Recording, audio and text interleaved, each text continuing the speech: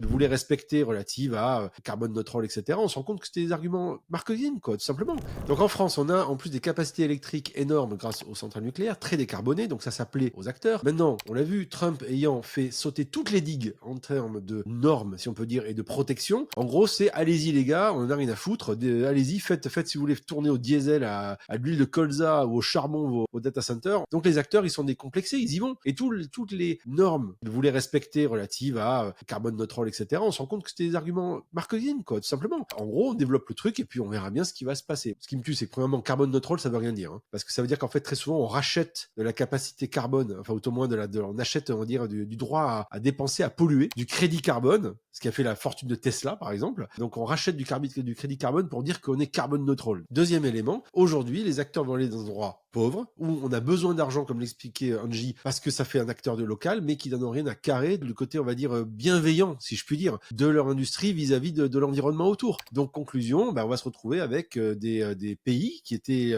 la Chine d'avant. Donc, autrement dit, qu'on va venir polluer, qu'on va venir installer, et ils seront loin, on s'en fout, nous on est contents, on fait nos petits dessins Ghibli sur cette chat GPT, mais à aucun moment on se pose la question d'un gamin qui a même pas de flotte dans son école, quoi.